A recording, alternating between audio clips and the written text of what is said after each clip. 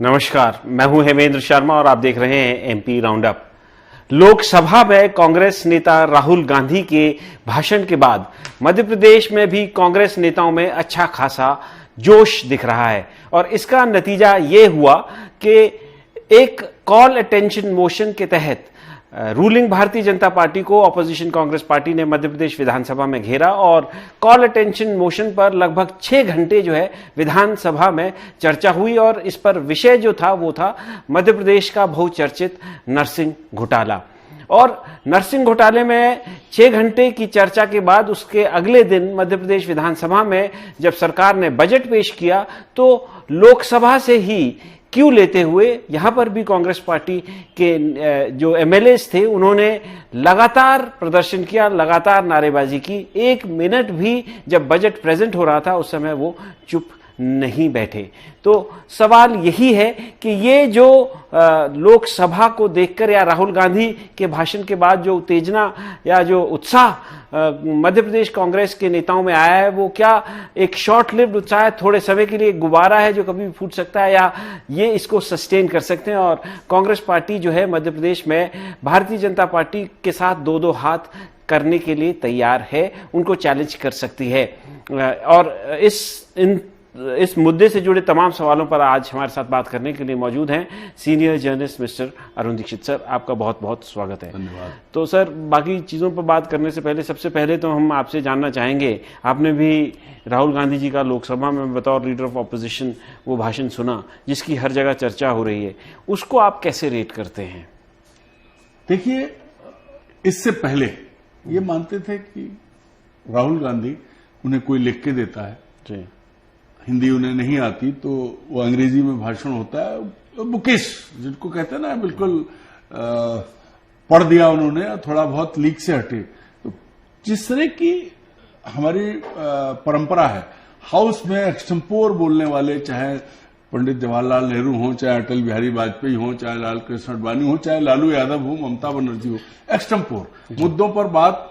प्रधानमंत्री नरेंद्र मोदी भी, हालांकि अब उनके लिए वो अपने कम ही बात करते हैं सदन में, लेकिन अपने ढंग से करते हैं। तो राहुल गांधी पहली बार एक्सटेम्पोर जिसको कह सकते हैं उस तरह बोले और उन्होंने एक एक करके पिंच हुई वो मुद्दे छुए बातों बातों में, जिनको लेकर के पब्लिक को भी अपील किया कि हाँ ये आदमी बात कर रहा है और खुद उसका असर सामने सत्ता पक्ष पे भी पड़ा। तो लगातार मंत्री खड़े हुए, प्रधानमंत्री खड़े हुए, जितना ज्यादा उन्होंने पिंच किया, जितना ज्यादा उन्होंने चिकोटी काटी, उतना ज्यादा मजा देश की जनता को आया। क्योंकि पहली बार ऐसा हुआ कि प्रधानमंत्री खुद खड़े होकर कुछ भी करते थे, लेकिन जब राहुल गांधी सामने से बात कर रहे थे और तब उन्होंने लोकसभा अध्यक्ष को भी नहीं बख्शा, उनसे भी कहा कि साहब मेरे सामने तो तन के खड़े थे, उनके सामने क्यों झुके थे। तो ये जो सारी चीजें आई हैं तो उससे बड़ा फर्क पड़ा है। लेकिन जहां तक मध्य प्रदेश की बात है, सर, मध्य प्रदेश में आने से पहले मैं एक बार फिर आपसे ये पूछना चाहता हूं, जैसे आपने कहा कि प्रधानमंत्री नरेंद्र मोदी भी खड़े हुए राहुल गांधी के सामने और उन्होंने उनको टोका। तो जब प्रधानमंत्री नरेंद्र मोदी ने कहा कि भाई पूरे हिंदू समाज को इस तरीके से कहना उचित नहीं है या इन्होंने इस तरह का आरोप लगाया है, तो राहुल गांधी ने प्रेजेंस ऑफ माइंड दिखाते हुए तुरंत रिएक्ट किया और कहा कि भारतीय जनता पार्टी पूरा हिंदू समाज नहीं है, आरएसएस पूरा हिंदू समाज नहीं है या नरेंद्र मोदी पूरा हिंदू समाज नहीं है। मैं ये सवाल आपसे इसलिए पूछ रहा हूं क्योंकि अगर उन्होंने ये नहीं पूछा होता, क्योंकि बावजूद इसके कि उन्होंने ये कहा, उसके बावजूद भी बीजेपी आईटी सेल उनका एक छोटा सा निकाल करके वायरल करने की कोशिश कर रहे हैं, जिससे ये एस्टैब्लिश किया जा सके कि राहुल गांधी ने पूरे हिंदू समाज को कहा कि ये हिंसा में इन्वॉल्व हैं। तो आप उनकी प्रेजेंस ऑफ माइंड को किस तरीके से रेट करते हैं? मैं वही कहने जा रहा था जो आपने कहा। राहुल ने तत्काल ना ना ना ना ना और कहा कि वो जो आप हिंदू समाज आपके साथ नहीं है, आप हिंदू समाज नहीं हो और आप हिंदू समाज के प्रतिनिधि नहीं हो, आपके साथ जो है वो हिंसा फैलाते हैं। देश का बहुसंख्यक हिंदू समाज जो है, और ये बात बिल्कुल सही है भाई, आरएसएस बीजेपी सबका नाम लिया उन्होंने अपने भाषण में। तो वो अगर प्रतिनिधि और रिप्रेजेंटेटिव देख लिया जाए कि हाँ भाई ये हिंदू समाज के, तो जो वोट पड़ा है अगर उसका सही ढंग से उसकी का विश्लेषण कर लिया जाए तो समझ में आएगा कि कितने हिंदू उनके साथ हैं। और इनकी खासियत यह है कि राहुल गांधी ने बहुत कायदे से वो बात कही, उसका जवाब भी वही दिया। पूरे देश ने देखा, उस वक्त लाइव चल रहा था। उसके बाद भी जो आईटी सेल है ये वही काम कर रहा है कि जो नरेंद्र मोदी का भाषण था कि इधर से आलू डालो, इधर से सोना निकालो, उसको एडिट करके तो राहुल गांधी के नाम से चिपका दिया और उन्हें पप्पू बना दिया। अब मैं तो ये कहता हूं कि इसका असर ये है कि एक तो पूरा वीडियो है और चूंकि लाइव था तो कांग्रेस भी तैयार बैठी है। जो इन्होंने शुरू जरूर किया, चारों तरफ चल रहा है, क्योंकि हिंदुस्तान की जनता में ये मानता हूं कि जो भेड़ चाल है उन्हें खुद पता नहीं है, लेकिन अगर किसी एक ने कह दिया कि कौवा नाक ले गया तो अपनी नाक नहीं देखेंगे, कौवा ढूंढेंगे कि नाक कहां चलेगी। हिंदुस्तान में यही हुआ है और खासतौर पर जो अंधभक्त हैं, मैं शब्द का इस्तेमाल कर रहा हूं कि जो ये नहीं देख रहे, दुनिया ने देखा लाइव पर राहुल ने क्या कहा और वहीं क्लैरिफाई किया, उसके बावजूद लोग बढ़ा रहे हैं। और सबसे बुरी बात क्या है, पढ़े लिखे लोग बढ़ा रहे हैं। अच्छा सर, उनका एजेंडा ऐसा है कि राहुल को तो इससे एक बड़ा फायदा, जैसे सोने और आलू के खेल ने राहुल को तपा के सोने की तरफ पहुंचा दिया है। आज राहुल खड़े होकर हाउस में नरेंद्र मोदी को इतना परेशान किए कि मोदी अपनी सीट से 3 बार खड़े हुए, सारे बड़े मंत्री खड़े हुए, पहले सब हंसते थे बैठ के, अब कूद रहे हैं।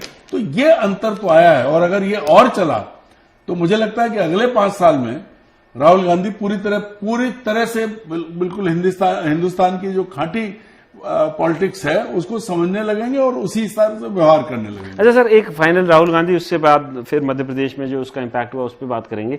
जो कम्युनलिज्म, सांप्रदायिकता का जो जिन है उस पर भी उन्होंने बात की, उसको भी टच किया, क्योंकि आमतौर पर उसको छूने से, क्योंकि वोट बैंक पॉलिटिक्स चलती है, उससे बचते थे मेजोरिटी पॉलिटिशियंस। लेकिन राहुल गांधी ने खुलकर कहा कि ये जो माइनॉरिटीज पे अत्याचार होते हैं, मुसलमानों पे अत्याचार होते हैं और बाकी माइनॉरिटीज के भी नाम लिए, आपको क्या लगता है कि ये एक मतलब वोट बैंक पॉलिटिक्स से ऊपर उठ करके उन्होंने इस तरह, क्योंकि अक्सर ये कहा जाता था कि जैसे ही आपको याद होगा स्मृति ईरानी जो वहां से लड़ी थी, वो प्रियंका को के बारे में कह रही थी कि उन्होंने उनको नमाज पढ़ते हुए देखा था, तो इस तरह की चीजें चिपकाने की कोशिश की जाती थी। देखिए, अब आमतौर पर इस देश का आम आदमी ये समझ गया है कि बीजेपी वाले झूठ फैलाते हैं, एक सामान्य धारणा और इस्लाम को, मतलब मुसलमान को लुक डाउन अपॉन करने की कोशिश बीजेपी वाले करते थे लगातार। और यहाँ पर राहुल गांधी उनके साथ खड़े होते हुए दिखे।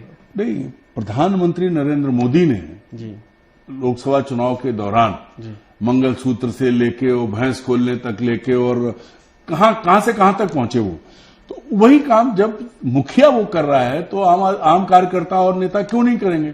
लेकिन इससे पहले आप लोगों ने, हमने सबने देखा कि सॉफ्ट हिंदुत्व, कांग्रेस के कुछ नेताओं ने राहुल गांधी को भी जनेऊ पहनवा दिया था जी, उन्हें भी मंदिर पहुंचा दिया और उसका बड़ा मजाक बनाया बीजेपी वालों ने जी। तो अब यह है कि हिंदुत्व अपनी जगह है, लेकिन जो अल्पसंख्यक हैं वो अपनी जगह है और राहुल ने ये क्लियर किया कि हम उनके साथ हैं, हम उनकी बात उठाएंगे।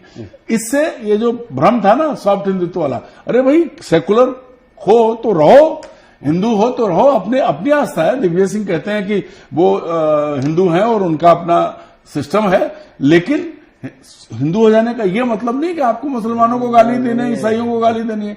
लेकिन प्रधानमंत्री नरेंद्र मोदी ने संडे का भी जिक्र किया था, सबका जिक्र किया उन्होंने। चुनाव प्रचार के दौरान सभी अल्पसंख्यकों को निशाना बनाया था जी। पंजाब के किसानों को आतंकवादी वो पहले ही कह चुके हैं। तो उसके जवाब में राहुल ने पहली बार पूरी तरह परिपक्व होकर जो स्टैंड लिया है उसका लाभ उन्हें मिला है और मुझे लगता है कि अगर वो इसी तरह आगे चले तो देश की जनता के सामने वो तस्वीर साफ हो जाएगी। बीजेपी का जो झूठ है, कम से कम झूठ तो नहीं चल पाएगा, बाकी जो सच है वो तो है ही। अच्छा सर, ये जो राहुल गांधी जी का भाषण हुआ लोकसभा में, उसके तुरंत बाद मध्य प्रदेश में विधानसभा का सेशन अभी चल रहा था, मानसून सेशन, जिसमें कि बजट भी पेश हुआ। तो मानसून सेशन में हमने देखा कि नरसिंह घोटाले को लेकर के कांग्रेस ने बड़ी जद्दोजहद की, बड़ा संघर्ष किया और अल्टीमेटली कामयाब हुए। एक कॉल अटेंशन मोशन के तहत उनको मौका मिला नरसिंह घोटाले पर चर्चा करने का और बड़ी दमदारी से उमंग सिंगार के नेतृत्व में, आप हालांकि उमंग सिंगार के बारे में बहुत ज्यादा पॉजिटिव फीडबैक आपके पास नहीं आई थी, लेकिन उमंग सिंगार ने बड़ी दमदारी से इसको वहां पे लड़के देखा। तो क्या आप इसको राहुल गांधी का पॉजिटिव इम्पैक्ट मानते हैं? काहे से ये चेंज आया है कांग्रेस लीडरशिप में? देखिए, ये मैसेज अब ऊपर कुछ होता है तो उसका मैसेज नीचे जाता है। ये ऊपर राहुल गांधी ने साफ किया और उसके बाद सारे कांग्रेसियों को कहीं भी नहीं, लेकिन मैं आज फिर कहूंगा कि मध्य प्रदेश के कांग्रेसी अभी भी जी बीजेपी के साथ यहां सौदेबाजी कर रहे हैं, खेल कर रहे हैं। अन्यथा जितने मुद्दे हैं, जो जो चीजें हैं, ठीक है, एक नर्सिंग घोटाले पे आपने जो है वो आप मंत्री का इस्तीफा मांग रहे हैं, अफसरों की बात कर रहे हैं, लेकिन जो मूल लोग हैं, नाम तो सबके आने चाहिए। अच्छा किया, खड़े रहे बजट भाषण के दौरान। हाँ, बजट भाषण में भी पूरा टाइम हंगामा किया सर। आपने कॉलिंग अटेंशन को मान लिया, एडजर्नमेंट मोशन होना चाहिए था, चलो इसमें भी चलता है, खूब बात हुई, सब कुछ। मेरा ये कहना है कि इसके साथ साथ आप उन सब चीजों को आपको ध्यान में रखना है। ये नहीं होना चाहिए कि एक मुद्दे पर मैसेज क्या गया है, मैसेज ये गया कि एक आदमी को इसलिए टारगेट किया जा रहा है क्योंकि वो पुराने वाले के साथ था। ये मैसेज और कोई नहीं दे रहा है, ये भीतर के भीतर चल रहा है। क्योंकि भाई आज मोहन यादव मुख्यमंत्री हैं, जब ये ज्यादा हुआ तब शिवराज सिंह चौहान मुख्यमंत्री थे, और सबको मालूम है। लेकिन सर, इससे पहले अगर हम देखें कांग्रेस पार्टी का जो विधानसभा के अंदर जो रोल रहता था, मतलब कोई सेशन को, उनकी लीडरशिप जो है सेशन में बैठना ही नहीं चाहती थी, दूसरे दिन ही जॉइन हो जाता था। हम वही कह रहे हैं कि पहले उससे तो फर्क आया है थोड़ा। युवा हैं और इन्हें अगर अपनी राजनीति बचा के रखनी तो कम से कम ये तो दिखाना पड़ेगा। लेकिन मेरा ये कहना है कि जब आप सत्ता में आना चाहते हो, अब ठीक है सारे सीनियर्स किनारे हो गए, अब आज की तारीख में दो चेहरे हैं, उमंग सिंगार और जीतू पटवारी। तो इन लोगों को उन मुद्दों पे तत्काल मैदान में आना होगा जिन पर जनता चाहती है कि आप आए और बात करें।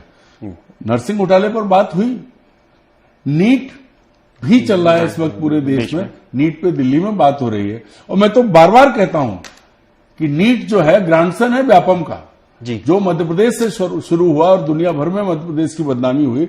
तो मध्य प्रदेश में तो कांग्रेस को घोटालों पर इतना काम करना चाहिए कि बिना सोए। नीट का कनेक्शन मिला है मध्य प्रदेश से, वही है। कब पहला व्यापम तो कौन सरकार थी, किसकी सरकार थी? बिल्कुल शिवराज जी की सरकार। अब ये बार बार सदन में आया कि कमलनाथ की सरकार थी, तो सवा साल की सरकार और 20 साल की 19 साल की सरकार का अंतर तो है जी। और कांग्रेस को इसके लिए खड़े होना पड़ेगा। अब कांग्रेस के भीतर जो गुटबाजी है उसको खत्म किए बिना ये संभव नहीं है। आप हाउस में हमने भी देखा और आपने भी देखा, अभी भी वो चल रहा है। उमंग सिंगार ने लोगों को जोड़ के रखा, अपने साथ लिया। उपनेता हेमंत कटारे वो भी बहुत कायदे से सदन में सक्रिय थे, लेकिन अभी जो जरूरत है उतने नहीं है। अभी भी पिछले 2 दिन में जो जो हुआ है और जैसे जैसे हुआ है सदन में, जिन मुद्दों पे सरकार बिल्कुल कटघरे में होनी चाहिए, भाई अगर वो सुन नहीं रहे हैं तो आपको इतनी जोर बोलना पड़ेगा कि वो सुने। अब सुनाना तो पड़ेगा, सुनाना पड़ेगा। अच्छा, फाइनल सवाल मेरा आपसे है कि राहुल गांधी केंद्र में स्ट्रांग हुए हैं, वो तो दिख ही रहा है, वो 99 तक पहुंच गए, उसके बाद लीडर ऑफ ऑपोजिशन भी हुए हैं। और जब केंद्र का नेता स्ट्रांग होता है तो जिस तरीके की प्रदेशों में नेता लोग सेटिंग शब्द में यूज करूंगा कर लेते थे इससे पहले, वो शायद करना पॉसिबल नहीं होगा यहां पर मध्य प्रदेश में। कांग्रेस के नेताओं के साठगांठ जो सत्ता के साथ हो जाती थी, इस अब से पहले हुआ करती थी, जो हमने देखा है 20 साल से देख रहे हैं। 2003 के बाद खूब साठगांठ चली है और कोशिश अभी भी हो रही है। अब क्या है कि मोहन यादव उतने अनुभवी नहीं हैं जितने शिवराज सिंह हो गए थे। 17-18 साल तो उन्हें हर चीज की आदत थी। उससे पहले क्योंकि जब वो विपक्ष में, तब कांग्रेसी उनका ख्याल रखते थे। कई बार भाई आप याद करिए, बहुत मेजर एक्सीडेंट हुआ था, दिग्विजय सिंह ने उनका इलाज कराया था, पूरा जहाज देके भेजा, तो वो सब चलता था। आज की स्थिति है कि अब इन लड़कों को, उमंग सिंगार, अगर उनको जो उनके ऊपर पिछले जितने दाग हैं वो सब साफ हो जाएंगे, अगले 4 साल वो कांग्रेस के नेता की हैसियत से सदन में, सदन के बाहर, प्रदेश के स्तर पर वो मुद्दे उठाएं जो जनता चाहती है, जो जिनको लेकर जनता दुखी है। अब नया सुन लीजिए, मध्य प्रदेश में लाडली बहनों का जो पैसा गया, जिसको लेकर के सारी बात हुई और जिसने फल दिया, मतलब 163 सीटें जीते, उसमें जो अब समस्याएं हैं, अगर उनको लेकर के कांग्रेस मैदान में उतर जाए क्योंकि सबसे बड़ी चीज ये मैसेज जाना चाहिए। देखिए, हम बिल्कुल आप सही कह रहे हैं, क्योंकि आपको याद होगा कि अब 2018 में कांग्रेस की सरकार जीती थी, किसान ऋण माफी के नाम पे जीते थे, तो शिवराज सिंह चौहान और बाकी भारतीय जनता पार्टी के नेताओं ने हर चौराहे पे, हर मोहल्ले पे ये शोर मचाना शुरू कर दिया था कि नहीं हुई थी, कि नहीं हो रहा है, जबकि हुई थी, रिकॉर्ड पर शिवराज सिंह ने बाद में मुख्यमंत्री के तौर पर पटल पे जो आंकड़े रखे, तो वो कांग्रेस को भी उसी तरह का एग्रेसिव स्टैंड, पीछे नहीं हटना है। ये नहीं समझिए कि आप 63 है, आप ये मान के लीजिए कि आप 6 हैं, तब भी आपको उतनी शिद्दत से लड़ाई लड़नी है, तभी आप कामयाब हो पाएंगे और दिखाई पड़ेंगे। तो शिद्दत से लड़ाई तो लड़नी ही पड़ेगी, और साठगांठ की जहां तक बात है, वो कोशिश लगातार सत्ता पक्ष की तरफ से होती रहेगी, लेकिन आपको यानी कि कांग्रेस पार्टी को यह इंश्योर करना पड़ेगा कि वो किसी भी लालच या लोभ में ना आए। फिलहाल कांग्रेस पार्टी का जो सेंट्रल लीडरशिप है, उसमें जो जोश है, वो जोश जो है मध्य प्रदेश की लीडरशिप में भी रिफ्लेक्ट कर रहा है, और जो ग्रास रूट लेवल वर्कर है वो थोड़ा खुश भी नजर आ रहा है, और ये उम्मीद कर रहा है कि ये जोश आगे भी ऐसे ही बना रहेगा। एमपी राउंड अप में आज सिर्फ इतना ही, कल फिर मुलाकात होगी, तब तक के लिए थैंक यू, गुड बाय।